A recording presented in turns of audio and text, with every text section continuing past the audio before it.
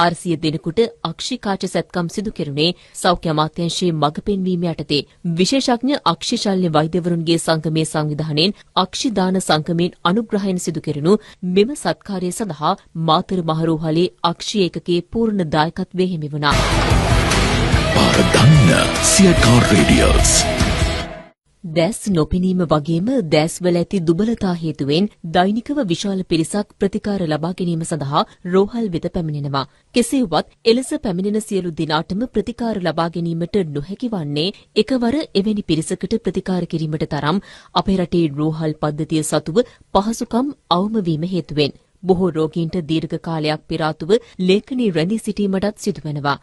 ජනතාව පත්වන මෙම දුෂ්කරතාව අවම කිරීම සඳහා මාතර මහරෝහල විශේෂ ව්‍යාපෘතියක් ක්‍රියාත්මක කළා.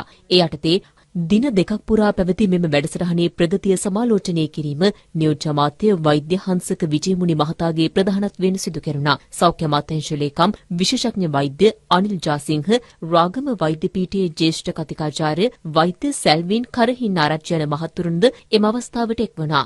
ග්‍රාමීය ප්‍රදේශවල ඉන්න ඉතාමත් අපහසු අයට නැවත වතාවක් දෘෂ්ටිය ලබා දෙන්න, ඒගොල්ලෝගේ පවුල් නැවත වතාවක් යථා තත්ත්වයටපත් කරන්න උපකාර කරන්න කැමැති කට්ටිය නම් ඒක ඉතාමත් උතුම් කාර්යයක්. ඒ සඳහා අපිට අක්ෂි ශල්‍ය කාච ලබා දෙන්න, එහෙම නැත්නම් මූල්‍යමය වශයෙන් උපකාර කරන්න පුළුවන්. මේවා ඔක්කොම පුද්ගලිකව අපිට කරන උපකාරයක් නෙවෙයි. ශ්‍රී ලංකා අක්ෂි ශල්‍ය වෛද්‍යවරුන්ගේ සංගමයට තමයි උපකාර කරන්න ඕනේ. ඒතර ඒගොල්ලෝ තමයි ඔක්කොම සෞඛ්‍ය අමාත්‍යාංශයත් එක්ක එකතු වෙලා රජයේ රෝහල් වල විශාල වශයෙන් කරගෙන යන්නේ. මේ රටෙන් වෙනත් රටවල ගිහිල්ලා පදිංචි වෙලා ඉන්න, මේ රටට උදව් කරන්න ආසාවෙන් ඉන්න කණ්ඩායම් බලාගෙන ඉන්නවා. එයාගෙන් ගෞරවයෙන් ඉල්ලා සිටිනවා. පුළුවන් නම් උපකාර කරන්න.